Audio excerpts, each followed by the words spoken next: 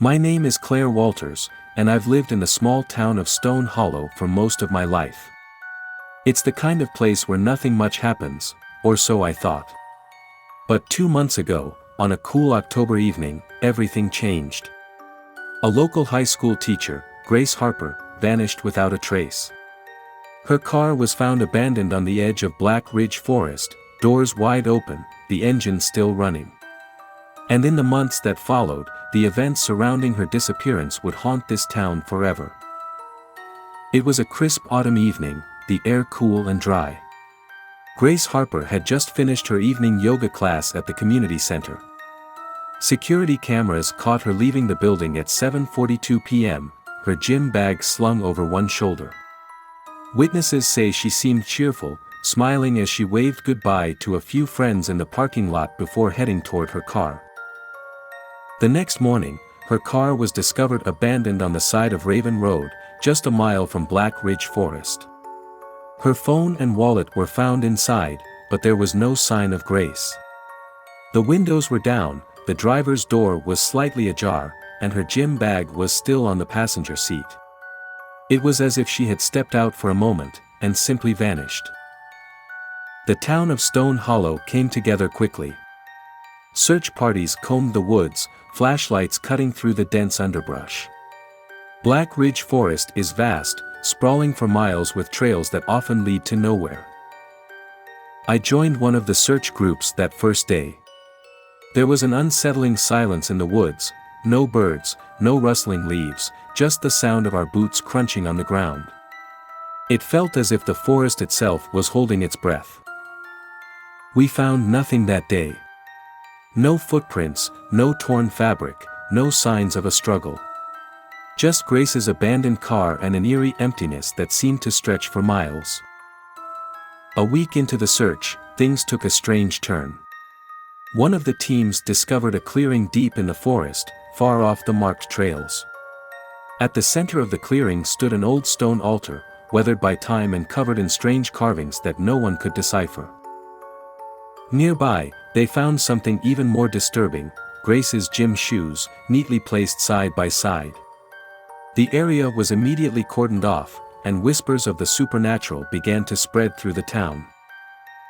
"It's an old hunting altar," one local historian claimed.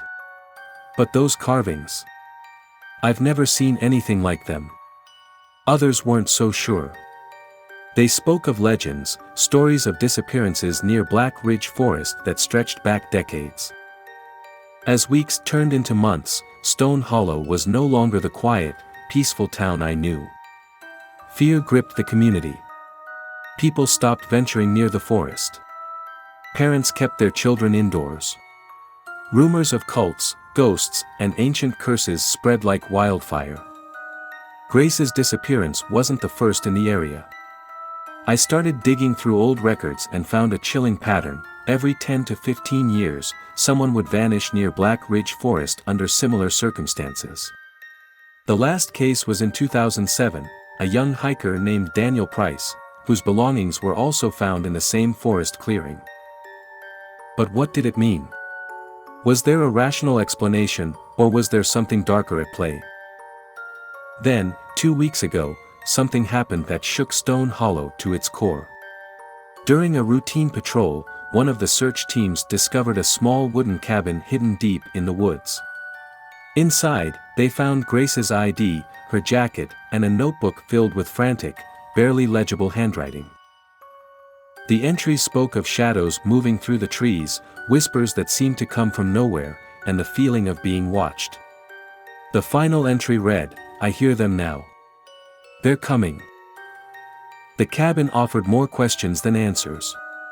How did her belongings get there? Who, or what, was she hiding from? And why did she write as if she knew she wouldn't escape? Today, 2 months after Grace Harper's disappearance, the case remains unsolved. The altar in the clearing was removed by authorities, but the carvings have yet to be identified. The cabin is locked down, its contents under investigation. As for me, I can't shake the feeling that the forest holds answers we're not meant to find. On quiet nights, when the wind whistles through the trees, I sometimes imagine Grace out there, her voice calling from the shadows. And though I try to forget, part of me wonders if the forest is still watching, waiting for its next visitor. Grace Harper's story is just one of many mysteries tied to Black Ridge Forest. Whether it's a tale of human cruelty, ancient secrets, or something far beyond our understanding, one thing is certain: some questions may never have answers. And perhaps, that's for the best.